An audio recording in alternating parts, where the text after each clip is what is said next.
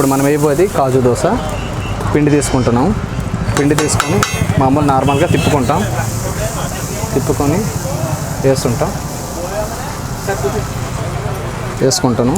తీసుకొని మసాలా వేస్తాం. First starting masala వేసుకొని రోల్ చేసుకుంటాం. దాన్ని రైట్గా స్ప్రెడ్ చేసుకొని దోశ మొత్తం చేసుకున్నాక రోల్ వేసుకున్న తర్వాత లైట్గా కాజు తీసుకుంటాం. ఇప్పుడు కాజు తీసుకుని స్వీట్ కార్న్ కాజువా? ఓకే. ఆయిల్ వేసుకుంటాం. లైట్గా ఆయిల్ వేసుకొని దాని కొంచెం టేస్ట్ కోసం లైట్గా ఉల్లిపాయ, బటర్ కానీ చీజ్ కానీ వేసుకుంటాం.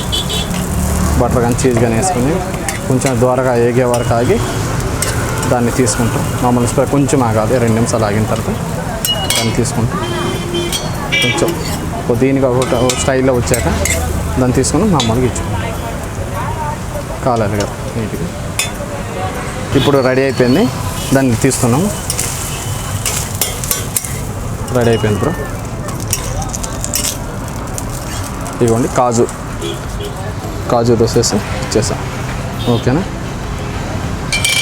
ఇది టమాటా చట్నీ. దీని ఫ్లేవర్ కోసం నేను తీసుకున్నాను. ఇది వైట్ ప్యూర్ పల్లీ చట్నీ, కొబ్బరితో స్టార్ట్ అయ్యేది. ఇది జింజర్ చట్నీ, అల్లం చట్నీ, ఇది గ్రీన్ చట్నీ. దీనికోసం టేస్ట్ ఉంటుంది. దీని మొత్తం మిక్సింగ్తో ఈ దోశ ఇవ్వబడి. చూసారు కదండి, ఇది మా ఆర్గానిక్ ఫుడ్స్.